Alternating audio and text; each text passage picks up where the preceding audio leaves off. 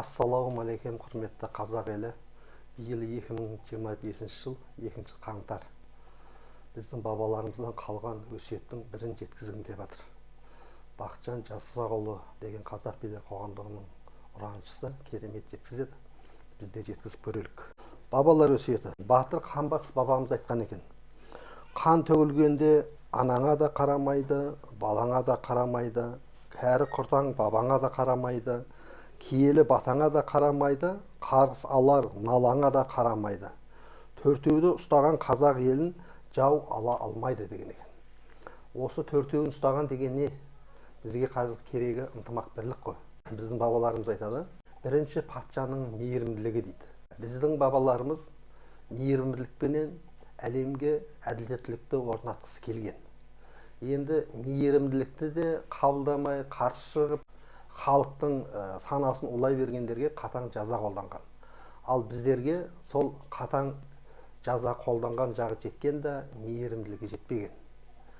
Сонымен олар өз түсінігіменен бүкіл әлемді тек қана зұлымдықпенен ғана басқара аламыз деп, бүкіл әлемде соғыс өрті өршіп тұрған жағдайға дейін келдік.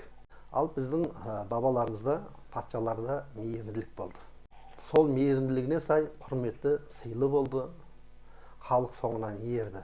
Патшада мейірімділік болғаннан кейін сол замандағы ғұлама ғалымдарда да мейірімділік болды. Патшада мейірімділік болғаннан кейін әділеттілік орнады.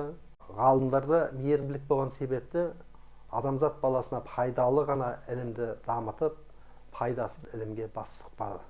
Бірінші патшаның мейірімділігі болса, екінші ғалымның әділдігі дейді. Үшінші байлардың жомарттығы дейді. Мейірімділігі болғанда ғана байларда жомарттық болып, өзінің кейінгілерге қарайласып қайырымдылық жасады. Төртінші, қарапайым халықтың батасында дейді.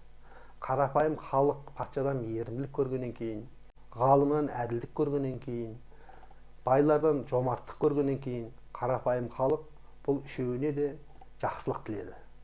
Сол себепті осы төртеуі түгел болғанда қазақта ешкім жау ала алмайды деген сөз шыққан. Енді қазіргі таңда осы өсиеттерді Бақытжан Жасырақұлы сияқты жеткізе алатындар да бар, жеткізе алмайтындар да бар. Өкінішке орай жеткізе алмайтындар, талдай алмайтындар осы сөзді ұмыттырып, 5-6 айдан кейін өз сөзі қылып айтып, өзгені халықпен шағыстырып, өзін жақсы атандырғысы келіп, ғұлама болғысы келіп жатқан жағдайға куәміз. Ал енді қарапайым халықтың ішінде әділ адамды қорғап, қолдап, бұның не кінәсі бар? Бар шындықты жеткізіп шырылдағаны ғана ма?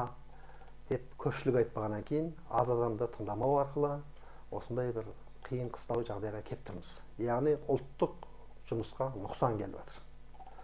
Сондықтан да құрметті бауырлар, ол адасқан адамға сенің өз қабілетің өзіңе жетеді ғой. Жазбаңды жазып, елге қызмет атқарып та биік дәрежеге жетуіңе болады.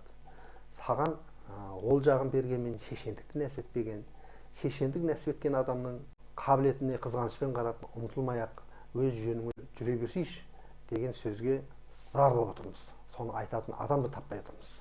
Біздің бабаларымыз жүректен шыққан сөз жүрекке жетеді дейді. Яғни қабілетіне қарап амал жасау керек екендігін айтып жатыр. Абай Құнанбаев та сен де бір кірпішті дүниеге кетігін тапта бар қалан дейді. Енді біреудің пікірін егеленгісі келген адам бір дұрыс қылып жеткізсе де мақұл ғой. Аңқылдап, саңқылдап, тұтығып, кекештеніп, әйтеуір бір нәрсе қылып жеткізген болады. Оны қасындағы қолдаушылары мақтайды. Сол арқылы жаңағы пікірдің егесін жаман адам болып көрсеткісі келіп, өзін өзі жақсы адам болып көрсеткісі келіп, шаршағанына қайран қаламыз да. Тыңдағандарыңызға рахмет. Алла разы болсын. Аман болып тұрыңыздар. Жақсылықпен кездесейік.